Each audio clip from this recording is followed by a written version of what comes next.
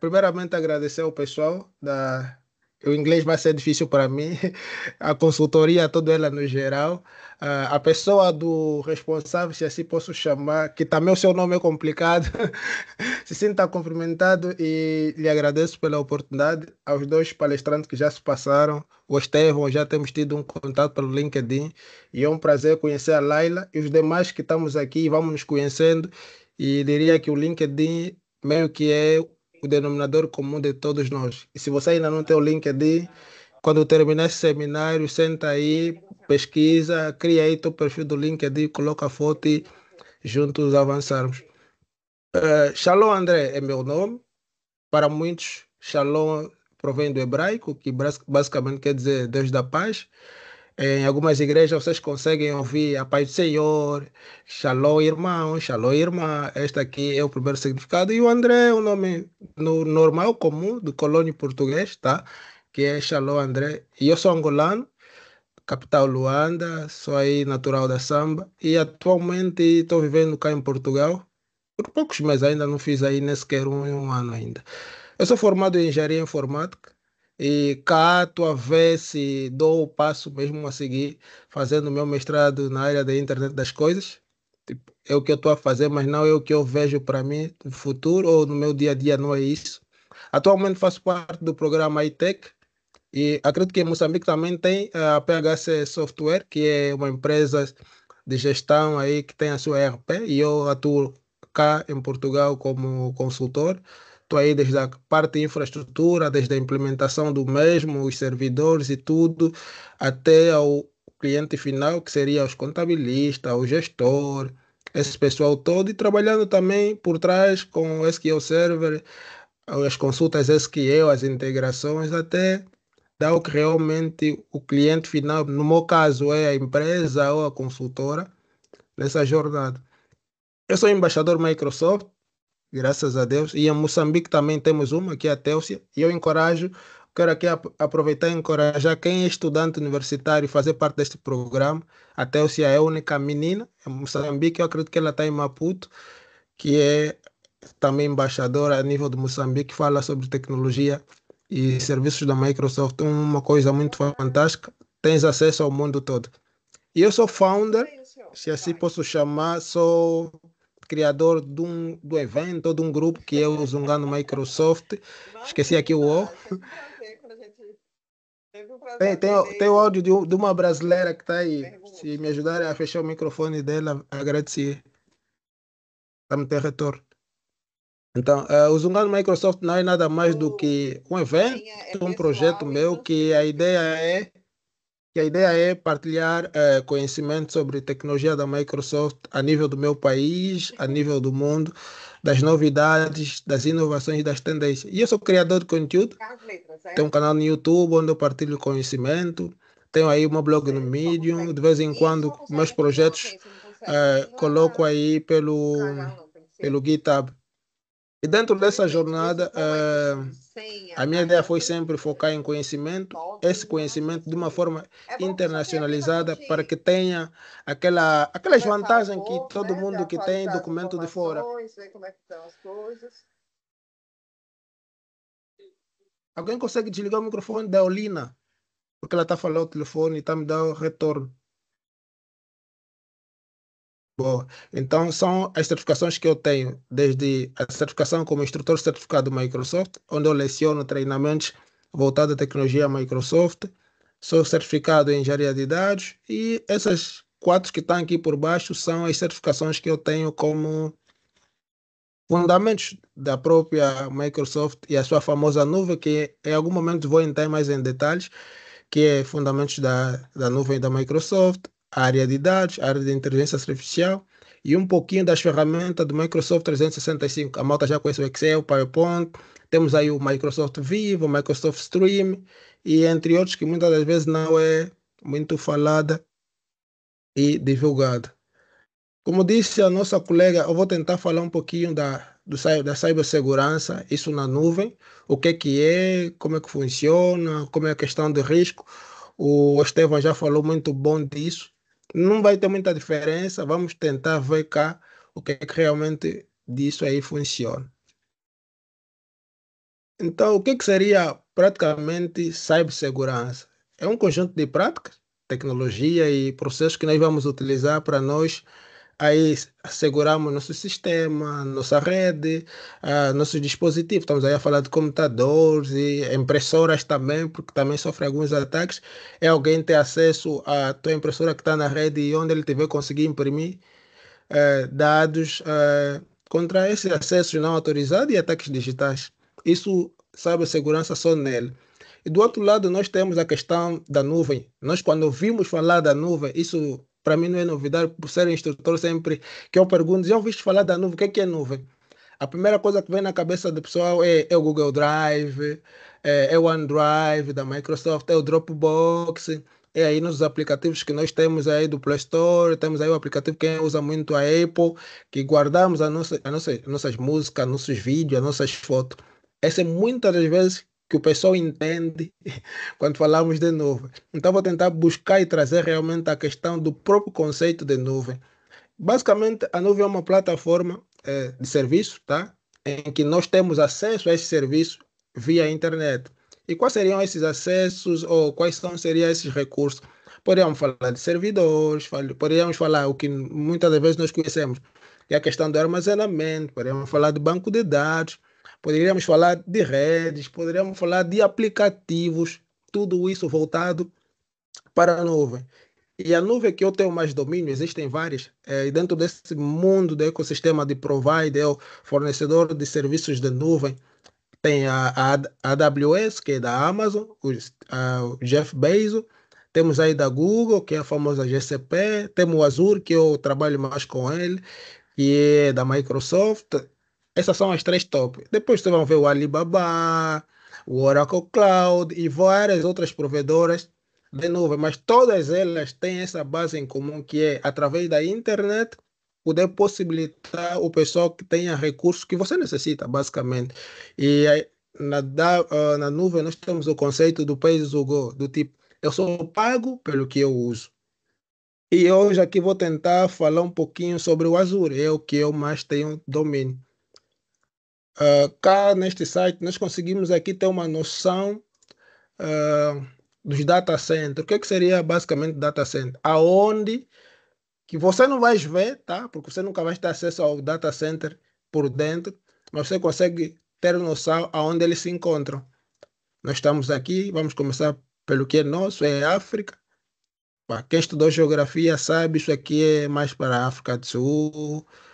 Aqui, eu não sei qual seria o país aqui. Angola estaria aqui nesse canto. Não tem como fugir. Moçambique, mais próximo daqui. E se tivéssemos que dar uma tour para ver de forma virtual como é que seria o nosso data center. Para quem nunca teve acesso, é só um guia virtual para ver basicamente como é que é o data center da Microsoft. Ela está espalhado em várias regiões do mundo, talvez numa região, dois, três, quatro data centers. Por quê? Para ter aqui, termos a questão da réplica ou a redundância das nossas informações em outros data centers. Imaginemos que haja um caso que onde eu coloquei o meu recurso cai, você não nota, mas ele próprio consegue enviar para tipo, fazer a replicação do mesmo serviço que você tem no outro data center. E para o que faz para nós termos conta da Microsoft? Epa, temos duas formas. Para quem é estudante, eu não sei na realidade de Moçambique, na realidade angolana é difícil as universidades terem e-mail corporativo dos estudantes. Eu, graças a Deus, por aqui em Portugal tive acesso, porque a escola tem um e-mail para estudante. Tu tens aí US$ 100 para poder usar os recursos durante 12 meses. E depois desses 12 meses, você consegue avançar e facilitar a tua jornada. No outro ano, se quiser de novo usar o Azure, que é a nuvem da Microsoft, eles simplesmente justificar que ainda estás a estudar e eles te dão de novo, nós chamamos de crédito, para você usar por US$ 100.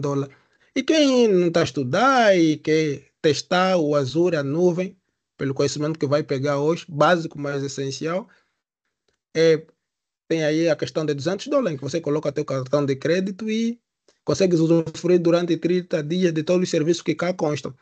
E quando eu dizia que é uma plataforma de vários serviços e recursos, que não é simplesmente armazenamento, guardar música, foto, nós podemos vir aqui em all service, que seria todos os serviços. E os serviços aqui eles estão agrupados por categoria. A Laila falou um pouquinho do machine learning, muitas vezes associado à inteligência artificial. Nós temos aqui os serviços, os recursos que nós podemos usar quando nós falamos de IA e machine learning dentro da própria nuvem. Temos aí análise, o Estevão é o pessoal do Power BI, aqui também tem, de tudo um pouco. Temos aí o pessoal que usa banco de dados, CosmoDB, PostgreSQL, MySQL.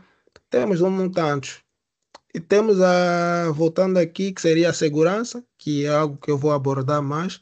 Temos aqui os serviços e as ferramentas que me ajudam a proteger ou a cautelar todos os serviços que eu cá tenho na nuvem. Então, se tiver que falar e juntar cibersegurança na nuvem, a ideia é foco. A importância que nós temos aqui é que o foco é proteger os nossos recursos, as nossas informações, os nossos dados, nossos aplicativos, as nossas ferramentas cá dentro do ecossistema da nuvem. Qual seria a primeira desvantagem de ter algo na nuvem? É a questão da indisponibilidade. Quando é que eu tenho a minha nuvem disponível? Quando não temos acesso à internet. Essa é a primeira coisa. Mas se Moçambique tem aí problema, da última vez eu tive com o pessoal do Nampula a fazer um treinamento, a internet não ajudava, ninguém conseguia ter acesso à nuvem. Essa seria uma das grandes desvantagens da própria a nuvem. Deixa-me cá ver. E como é que acontece essa questão da segurança? O pessoal acha que vou colocar as minhas informações, vou colocar o meu servidor, o meu aplicativo que está rodando no WordPress, C Sharp, .NET, vou colocar na nuvem e já está seguro. Não, né? Normalmente não é assim que as coisas funcionam. Essa questão de conhecer e comunicação é muito essencial. Temos aqui os três modelos de nuvem, que é o IaaS, o PaaS e o SaaS. O que é que seria isso? Eu, aí para a nuvem, normalmente quando é feito planejamento em empresa e tudo mais, o pessoal pergunta o que é que você realmente precisa na nuvem, se vai para um IaaS, para um PaaS ou para um SaaS. Por quê? Porque dentro desses modelos de nuvem, a questão do compartilhamento da responsabilidade conta. Por exemplo, se eu vou para um serviço, por exemplo, eu quero ter máquinas na nuvem, tipo, quero ter meus computadores na nuvem. Epa, estaríamos aí mais ou menos a falar de uma infraestrutura como serviço. O que é que seria? A rede, a parte do armazenamento, o servidor, a virtualização que vai ser feita, está tudo na responsabilidade da Microsoft. Quer dizer, tudo quanto vai acontecer aqui, se for nessas camadas abaixo, a Microsoft se responsabiliza.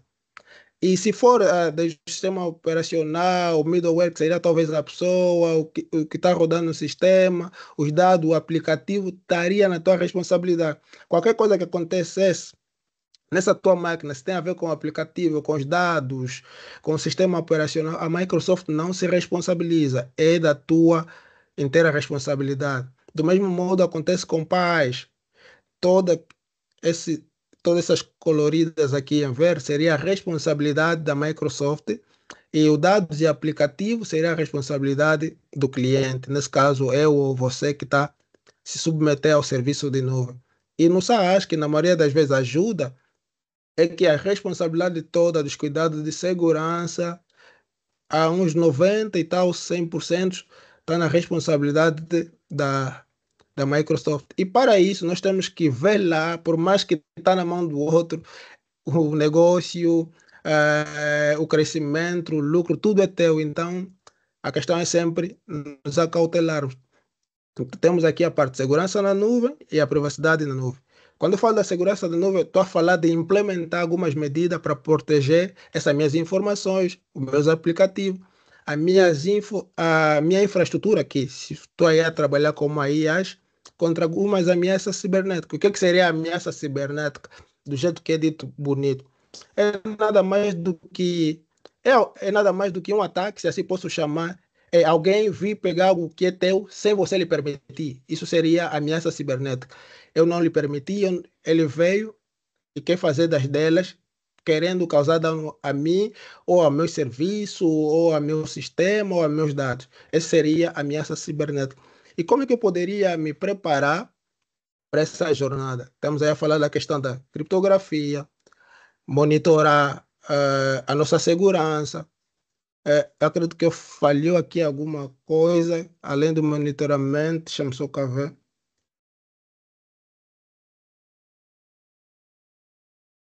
Ok.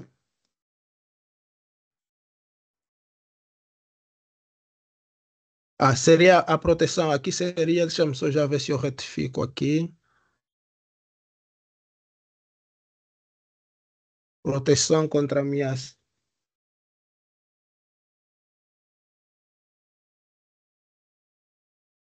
Contra ameaça. E eu aqui tento trazer algumas ferramentas, isso para quem usa o Azure, que seria o Azure Security Center, que poderia oferecer a questão da visibilidade contínua. Ele vai monitorando os logs, o que é que está acontecendo, o que é que não está acontecendo. E o Azure Defender estaria aí para detectar ataques avançados, por exemplo, em máquinas virtuais, nos bancos e outras áreas que poderiam ser críticas dentro do que é tua informação, teus serviços, teus servidores que estão na nuvem. E na questão de privacidade, como diz o nome, o que é privado é proteger as minhas informações pessoais, as minhas informações que são sensíveis. A Laila falou aqui da conta bancária, é uma informação que é pessoal e muito sensível, porque ninguém quer ver. Aquele dinheiro que ele lutou bastante, economizou, para do nada estar na vista dos outros e acontecer isso. Acontecia onde eu trabalhava em Angola. Epá, não sei como, mas eu tinha acesso pelo menos aos salários de todos. Isso não poderia ter acesso a isso, mas não era eu aí a mexer, então era o chefe disse, como se diz em Angola, era só fazer as coisas acontecer. E teríamos aqui a questão do Data Anonymation, que seria uma ferramenta usada com Azure Confidential Computing, que vai ser nada mais do que nos ajudar a processar de forma privada para não expormos esses dados sensíveis. E o que volte nos ajudaria a controlar as chaves criptografadas e segredos. Eu, como sou, trabalho muito para a área de engenharia de dados, o que seria mais ou menos o que volta? Eu vou criar, por exemplo, uma pipeline ou criar um processo, tá? E dentro desse processo que vou criar uma espécie de uma chave. E quando eu vou subir toda a pipeline, o deploy e tudo mais, o pessoal que terá acesso para ver praticamente o que é que eu fiz, ele tinha que ter aquela chave para ele poder ter acesso basicamente ao que eu desenhei. Seria aí a questão de usar o Azure e Vault. Pá, sei o que é segurança, sei o que é privacidade e como é que é a questão de como é que eu gerencio o risco já que estou na nuvem. A ideia da gestão de risco é que é poder identificar. A ideia do homem de cibersegurança é antecipar o ataque. É que é identificar, avaliar e mitigar possíveis ameaças. Porque existem, como disse Estevão, vírus, que eu poderia aqui chamar também ameaças, que já são conhecidas. Como é que elas se comportam, como é que ela entra, como é que ela funciona. Então já consigo ter um posicionamento frente a essa jornada, criando o quê? Políticas para garantir que os recursos na minha nuvem sigam as normas de conformidade e segurança, usando aí, por exemplo, o Azure Policy, poderia recomendar, criar aí a questão de alerta, porque eu já tenho mais ou menos o domínio de como é que ele funciona, para que eu tenha uma boa postura de segurança a fim de reduzir a vulnerabilidade, porque cada dia que passa sofremos sempre ataque, nós estamos não estamos isentos e não estaremos jamais isentos, porque tem uns que estão a trabalhar para defender, tem outros que cada dia estão a crescer para poder atacar. Então, essa aqui é a jornada. E outra coisa muito essencial seria a questão de controlar o acesso do meu serviço. Epá, é bem verdade, por exemplo, se eu venho aqui na minha subscription, que seria a minha assinatura, eu não sei se ele consegue entrar porque eu na nuvem, quando eu recebo, eu gasto. Só fiquei com 51 cêntimos de euro para usar os meus recursos de nuvem. E basicamente, o que é que eu tenho aqui? Tenho aqui a minha assinatura. E dentro da minha assinatura, eu tenho o IAM, que é nada mais do que a Identity and Access Management, seria o gerenciador de acesso e identidade. Eu aqui poderia, do tipo, criar um role assignment, tipo criar um permissionamento de alguém que poderia usar isso ou aquilo. Não sei se ele. Ok. Então, poderia. Não, deixa eu que eu voltar. User.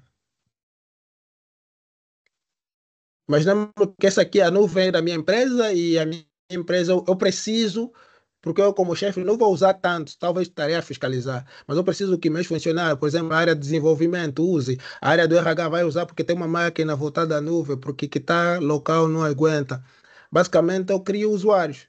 Viria aqui, criar um usuário, depois de eu criar esse usuário, eu voltava dentro da minha assinatura e lhe dar os privilégios que ele realmente teria. Quais seriam as permissões que ele ia usar, mas não é aqui. Ah, poder aqui criar os acessos que essa pessoa ia usar, se ele sim, vai ser alguém que vai contribuir, porque qual o privilégio que eu vou lhe dar? É uma função que ele vai executar ou privilégio de administrador? Que ele pode mexer uma outra coisa sem eu estar presente como chefe. Então, é mais nesta questão, quando nós falamos sobre o a questão do controle de acesso é garantir que apenas as pessoas que eu realmente determinei conseguem aceder, por exemplo, ao tal serviço, ao tal aplicativo, a tal servidor. E para isso, eu tenho aqui algumas ferramentas que eu uso aqui. Por exemplo, eu aqui já fui dentro do Entra ID, usei o Identity and Access Management. E uma outra coisa que ajuda muitas das vezes, ainda se falou aí com o Estevão, é que nós temos a questão da autenticação multifactor. Isso já acontece conosco, talvez no YouTube, YouTube não, talvez numa Google da vida, colocaste a senha, mas ele te envia um código no telefone que tens que ativar.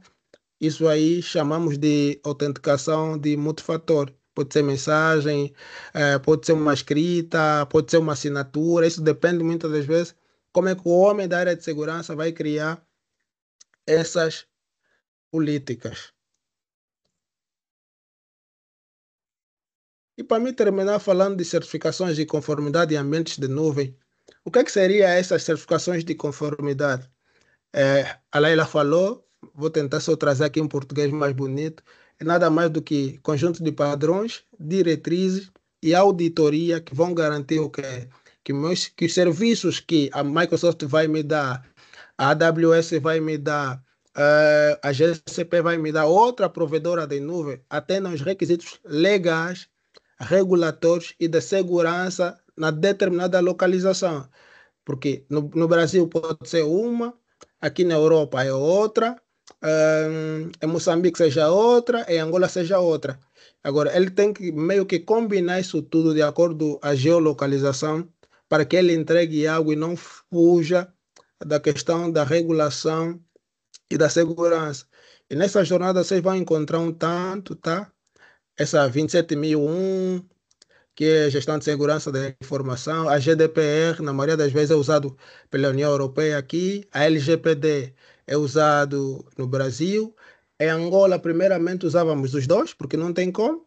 Porque eu posso ser uma empresa que está no Brasil, mas que presta serviço a algumas empresas que estão na Europa. Logo, uso a LGPD, uso a GDPR, porque aí estaria a andar nos requisitos legais de ambos, que seja no meu país de origem e onde estou a fornecer o serviço num país de destino. Temos aí o SOC, que tem umas tantas, tem uns tantos padrões aí, isso vai ser gerenciado de acordo ao nível da geolocalização da empresa, para evitar problemas. E para quem acha que cibersegurança é o mundo que ele se revê, para a Microsoft nós temos certificações. Do mesmo jeito que eu sou, para ser um engenheiro de dados, tem aí as ferramentas, os estudos que eu trilho.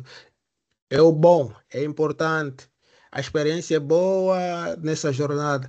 Mas as certificações nos diferenciam um pouquinho de quem tem conhecimento. Por exemplo, você pode ter conhecimento, e eu noto isso muito em Portugal, no momento das entrevistas. Quem tem certificações naquela ferramenta ou naquele provider, se assim do jeito também que nós chamamos, ou naquela empresa, tu és já dentro do trigo e joio, já conseguem te separar. Olha, vamos começar com esse, porque ele tem uma certificação na área em que nós queremos que ele trabalhe, além de ter experiência. E na Microsoft nós temos praticamente quatro níveis, se assim posso dizer: o Fundamentos, o Associate, o Expert, que é alguém que tem uma expertise da área, e temos aqui o Specialist. Estamos só cá ver se eu consigo abrir o meu blog, é onde eu tenho listado, porque é muitas áreas. Lista de laboratório não, simulados. Deixa-me só buscar a lista. Vou me basear nessa lista.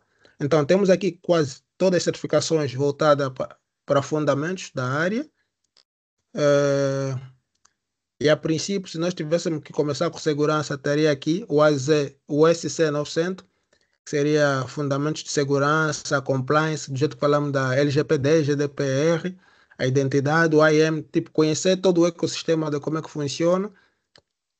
Descendo aqui abaixo, eu teria acesso às certificações voltado para a área de segurança. Tenho aqui a própria ZES 500, que fala de segurança. Esta certificação é um pouquinho mais alta. Acredito que ele vai me levar para outra coisa, que seria a certificação de arquiteto de cibersegurança. Temos aqui a certificação do Security Operational, o analista de operações de segurança.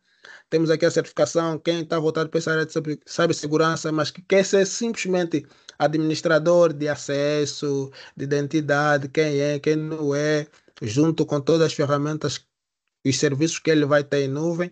E temos aqui, por último, o Information Protection and Compliance Administrator. Seria nada mais do que administrador que reja, está focado nessa questão da auditoria, da proteção, dessas regulamentações, este, este profissional. Terminando por aqui, simplesmente agradecer pelo tempo, pela vossa disponibilidade. Estou aqui.